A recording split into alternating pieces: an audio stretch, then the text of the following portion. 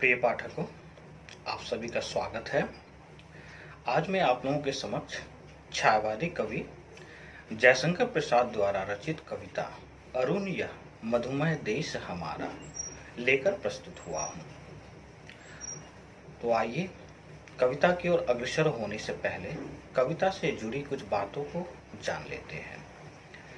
अरुण यह मधुमय देश हमारा, यह पंक्ति जयशंकर प्रसाद द्वारा रचित नाटक चंद्रगुप्त के कार्नेलिया खंड का है।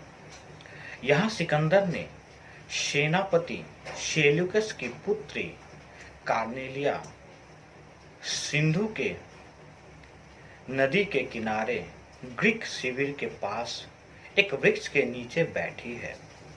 वहां कार्नेलिया के मुंह से जयशंकर प्रसाद ने प्रकृति के बहाने भारतवर्ष का यशोगान कराते हुए भारत देश की गरिमामय पहचान को निर्धारित किए हैं। यही अर्थात भारत भूमि में ही सर्वप्रथम ज्ञान और सभ्यता का सूर्य उदय हुआ था। यह देश मधुरता से भरा है।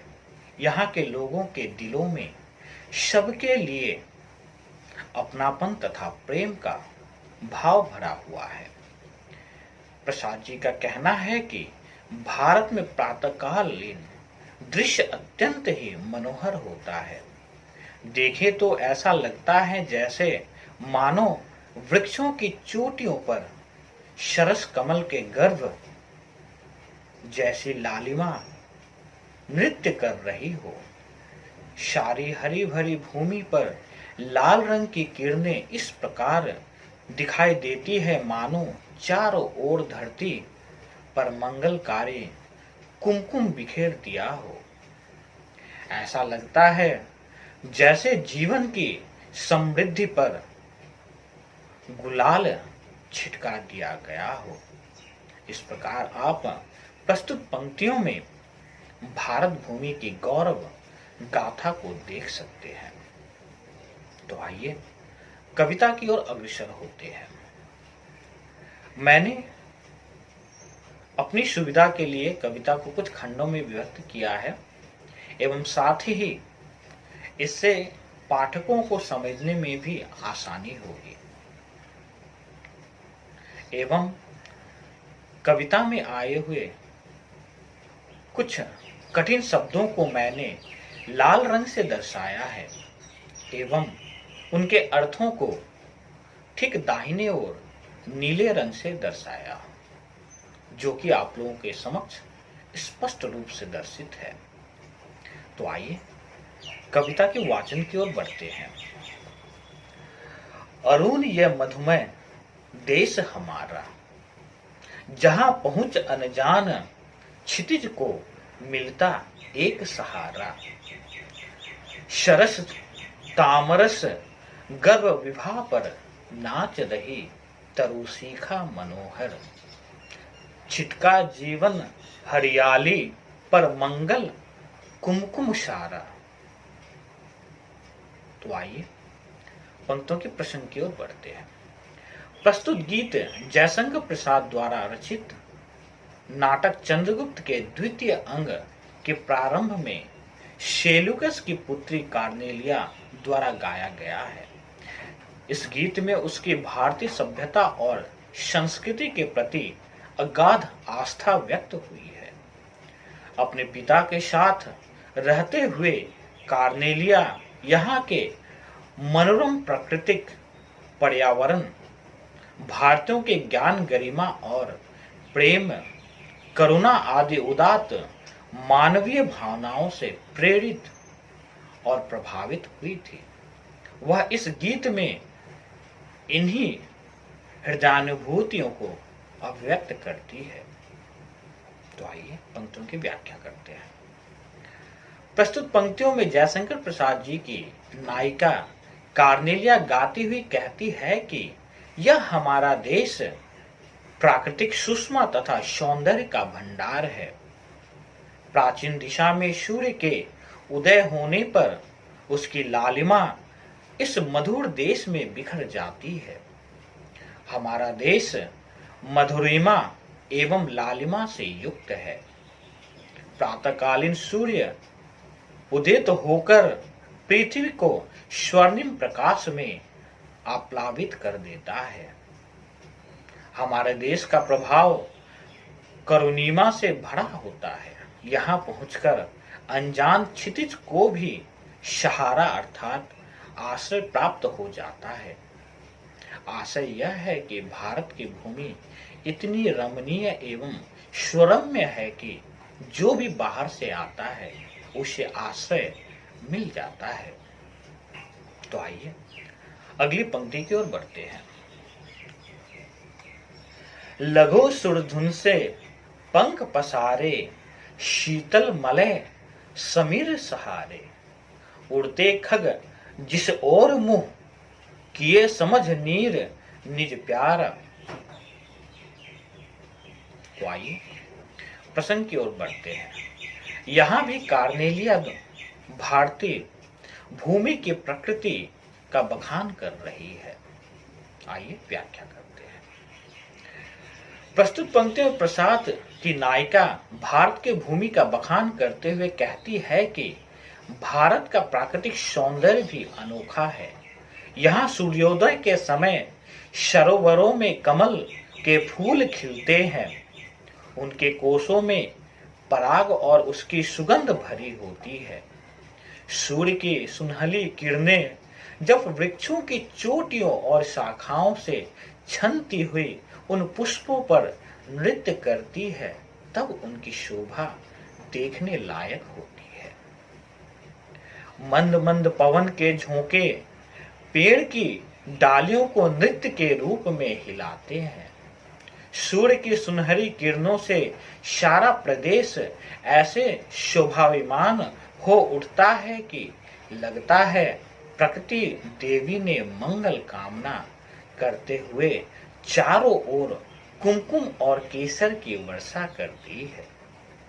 शीतल मंद सुगंधित वन के सहारे छोटे छोटे पक्षी चहचहाते हुए इस देश को अपनी आश्रय स्थली समझते हुए इधर ही चले आ रहे हैं। भारत की भूमि सभी और सभी को शरण देते हैं। तो आइए अगली पंक्ति की ओर बढ़ते हैं। बरसाती आंखों के बादल बनते जहां भरे करुणा जल, लहरें टकराती अनंत की पार जहां किनारा। आइए प्रसंग की ओर बढ़ते हैं। यहां भी कार्नेलिया भारतवासियों के दूसरों के प्रति भावना का बखान कर रही है। तो आइए व्याख्या करते हैं। यहां जयशंकर प्रसाद जी भारत की महिमा का वर्णन करते हुए कहते हैं कि भारत दया, सहानुभूति तथा करुणा भाव वाला देश है। यहाँ के लोग औरों की पीड़ा को देखकर उनकी आंखों में आंसू बहने लगते हैं। वे किसी को दुखी नहीं देख सकते। उनके हृदय की करुणा आंखों के आंसुओं की राह से बह निकलती है। जिस प्रकार विस्तृत समुद्र की लहरें विद्रोही और विकराल रूप धारण करके समुद्र से टकराती है, पर वही शांत हो जाती है, इसी प्रकार विभिन्न देशों के व्याकुल और विक्षुब्ध लोग भारत आकर अपार शांति का अनुभव करते हैं। उन्हें यहाँ जैसे किनारा अर्थात ठिकाना मिल जाता है। तो आइए अगली पंक्ति की ओर बढ़ते हैं। हेम कुंभ ले उषा सवेरे भरती, ढुलकती सुख मेरे, मदिर उंघते रहते जब जगकर रजनी भर तार। आइए प्रसंग की ओर बढ़ते हैं। प्रस्तुत पंक्तियों में प्रसाद जी भारत के प्राकृतिक सौंदर्य का वर्णन करते हुए कहते हैं कि इस देश के सूर्योदय का दृश्य अवर्णनीय है। सूर्य से सूर्योदय से पूर्व उषा स्वर्ण कलश लेकर मेरे ऊपर सुखों की वर्षा करती है। अर्थात जब कुछ समय पहले तक आकाश में तारे ऊँघते से प्रतीत होते हैं, अर्थात छिपने की तैयारी कर रहे होते हैं, तब उषा रूपी पनिहारिन आकाश रूपी कुएं से अपने सुनहले कलश से पानी लुढ़का देती है और ऐसा लगता है वही प्रकाश चारों ओर फैल गया है। यहाँ संसार के समस्त प्राणी हर्षोल्लास से भरे हुए अर्थात सुखी हैं। तो आइए इन पंक्तियों के विशेष की ओर बढ़ते हैं। प्रस्तुत गीत में भारत की गौरव गाथा एवं प्राकृतिक सौंदर्य का वर्णन है। यहाँ तत्सम शब्दावली में खरी बोली की साहित्यिकता के साथ उपमा, छेकानुप्रास, रूपक एवं मानवीकरण अलंकार का प्रयोग हुआ है।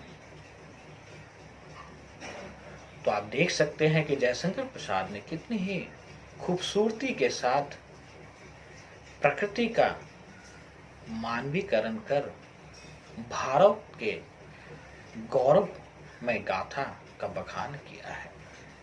अतः आप अंततः देख सकते हैं कि प्रसाद जी ने भारत भूमि का बहुत ही गौरवपूर्ण बखान किया कर है।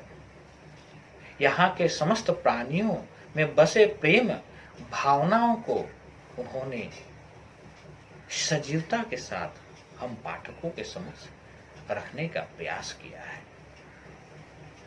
तो अंततः आशा करता हूं कि मेरे द्वारा दिया गया आज का बखान आप लोगों के काम आएगा। तो अंततः फिर से यही कहूंगा कि मेरे इस चैनल को आप लोग कृपया लाइक एवं सब्सक्राइब करें। धन्यवाद।